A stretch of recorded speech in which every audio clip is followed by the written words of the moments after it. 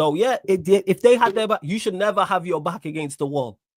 Your Manchester United, be dominant in your situation, in your position. But again, the reason why they also were in that bad situation is because of bad decision making. Because they didn't sack Ten Hag when they were supposed to. That's why they're in the Amorim situation.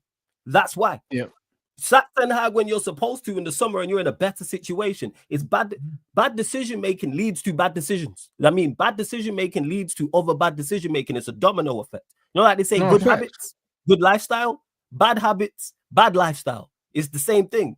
Like you have to, that's where we're at. Because we didn't do what we were supposed to with Ten Hag, that's why we were and then you're on the back foot. You're playing catch up, you know what I mean? And then you're under even more pressure to make the right decision the next time, bro. Do you know what I'm saying? And the thing is about football is it's the one of the few elite level things where you can make mistakes and you still have ample opportunity to get it right.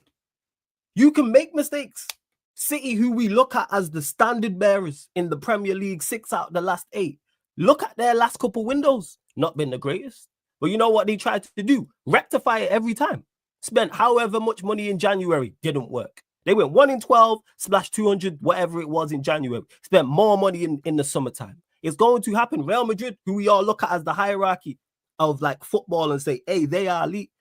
Rants will know this. I know this. They went 12 years without the Champions League. Trying to get it right. Go check the amount of managers they had in that time. Then they got it right eventually.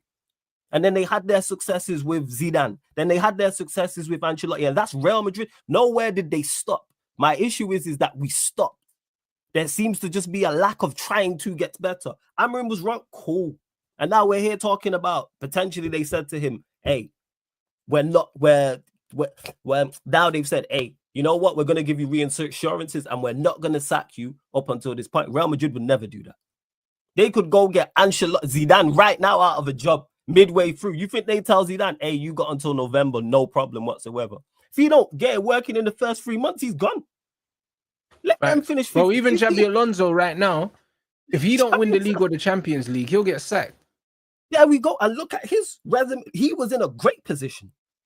He was in a great position. Like if they would have rebuilt again, man, went unbeaten, got to the Europa League final, won Leverkusen, and Leverkusen were a renowned second place team. They were a renowned team of falling short. Leverkusen, that's what they're called.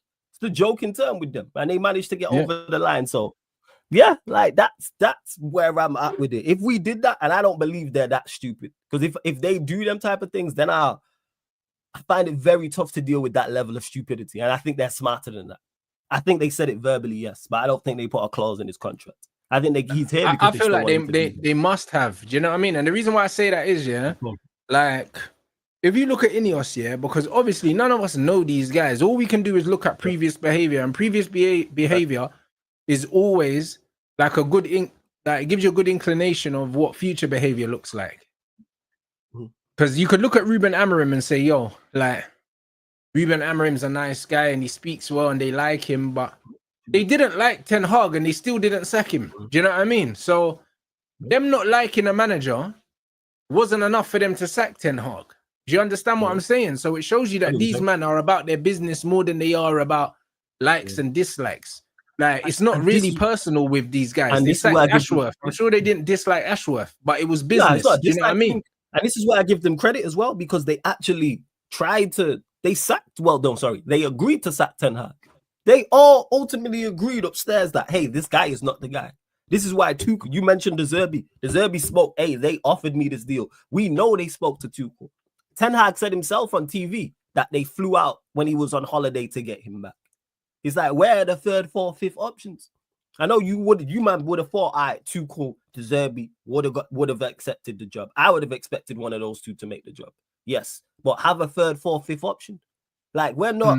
This ain't a personal relationship. Manchester United can't afford to be single. You can't. You know what I'm saying? In normal life, we can't afford. We need a manager. We can't just be out here just.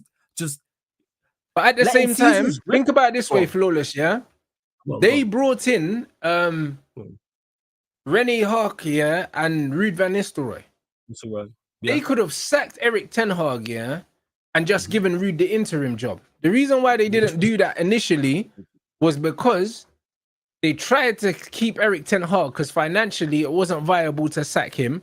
and they didn't have their first choice, and they didn't really want to go down the interim route unless they had to.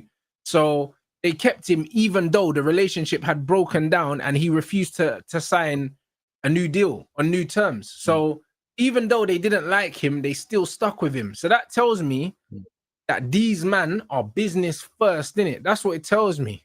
So yeah, I don't think it's an emotional thing.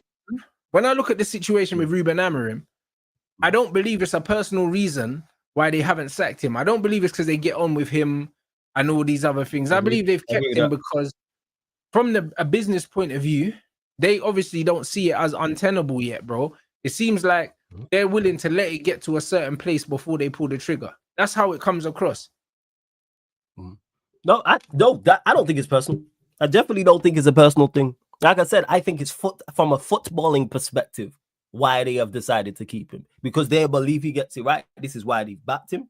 This is why they've added more talent. This is why they've got rid of certain players, etc. This is why they're publicly coming out to back him. I do believe that to be the case, yes.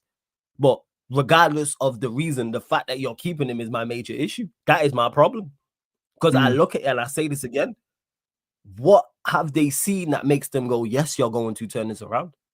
That's what I want to know. Like, people will talk about their lack of, the players don't suit his system, or the players don't suit his system. He came in halfway through a season, but people only use these things because we're not performing well.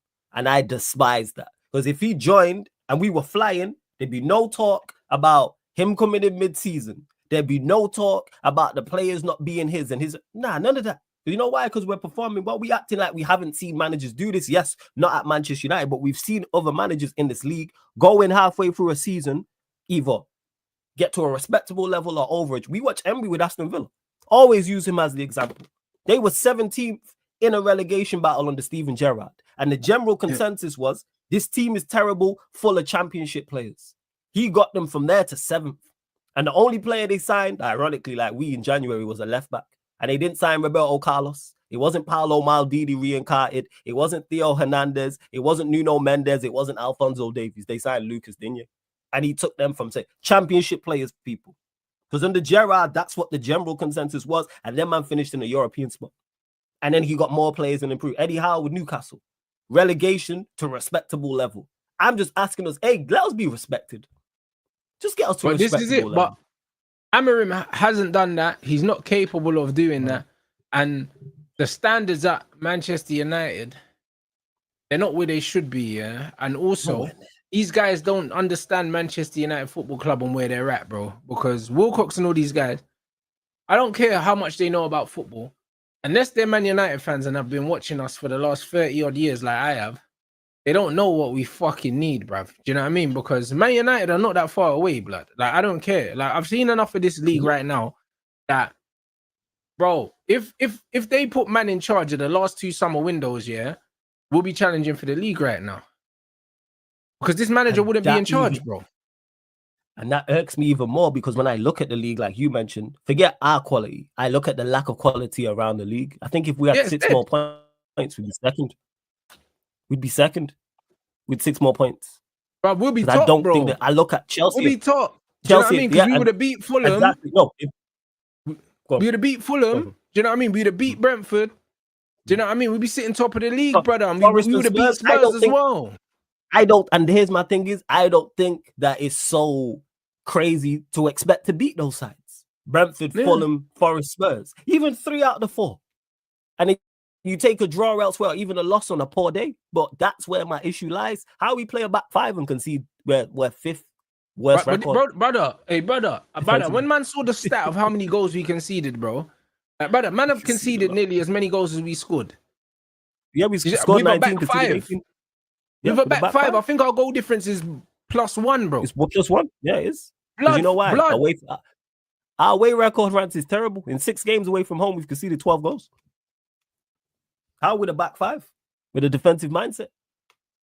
How? Man, I've got a negative manager that plays 2 defenders at wing back and a back 5, and man are conceding as many as we're scoring. Brother, there's something wrong.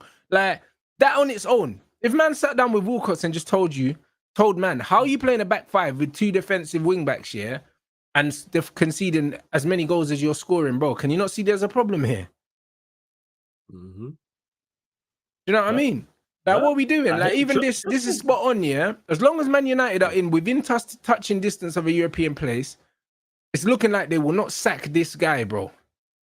They will only sack him when it looks like we can't get Europe. By then, it's too late. Because the reality is, guys, if you look at us now, yeah, they could say, yo, man's going to wait, give him to the end of the season or near the end of the season. If it looks like we're not going to make Europe, then all you do is you sack him and you bring in an interim, or you just leave him and sack him in the summer. And then in the summer, Areola's available on a free, Glasner's available on a free, you know, and you just don't need to spend no money on these, man. But then you're writing off another season. They're probably looking at it like this because they keep stressing that it's a long-term project. Yeah, I've never seen a long-term project work where the short-term but this is it. Short-term achievements haven't been made. How do you have long-term success without short-term success? Yeah, you only have long-term success with short-term success. That doesn't mean everything goes swimmingly well, but it's steps to success. Word to Giannis, man. It's steps to success. We ain't stepping up no stairs. We are falling up. We are stepping that. We falling down the staircase. We are getting kicked down a never-ending flight of stairs, people. Brother. And even when you look at this manager, like you said, like long-term, medium. There's long-term, medium, short-term. You have to hit your short-term, then your medium to achieve long-term, bro. We finished 15th and lost the cup final, brother. It's over. You know them ones there, like what are we doing? It's over. It's done. 15th, like what's the cup final? Done. It's over. And then out the League Cup to Grimsby. It's over. Like, that's it. That's your thing done. It's done. All your lives are done. It's done. You're in a relationship. You know what I'm saying? She slept with someone else and sold your P5. Guess what? It's over. It's a wrap. There's nothing. Brother, losing to Spurs in a European final is equivalent of sleeping with your team's best friend, blood. It's over. What are we doing there? We're going to try and make this work. There's nothing to make work. It's all. And that's where my issue is. And they watched all this and went, run it back. Here's some new players. Bro. Run it back. They wrote off the season from the start. Yeah, they wrote off the season. And they didn't have it's over. Bro, it's crazy, man. Like, when we're looking at it, that start, the Grimsby thing, you know what I mean? The Grimsby thing is crazy. And you know what they're doing now, yeah? They're doing the Arnie Slot thing where they're saying Arne Slot's lost more games in 2025 than Ruben Amorim, yeah? To try and make us feel better. But, bro, and he won the league last season.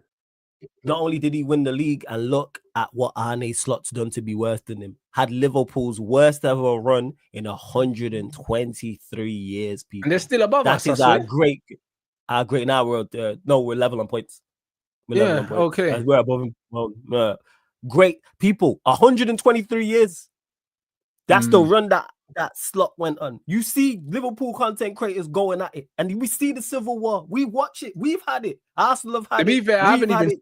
These lot have been telling me about it. I haven't seen it though. Yeah, these have been going. They've been going at it. You know what I'm saying? And that's what it is. You know what? It's just pure all over the Liverpool content creator space. Civil war, Marvel scene, man, at the airport. That's what it is.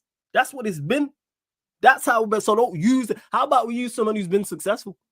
Use somebody who's flying and actually playing well, and then compare him to Amorim. I'm tired, man. They wrote off the season from the start. From when they kept him, I knew what it was.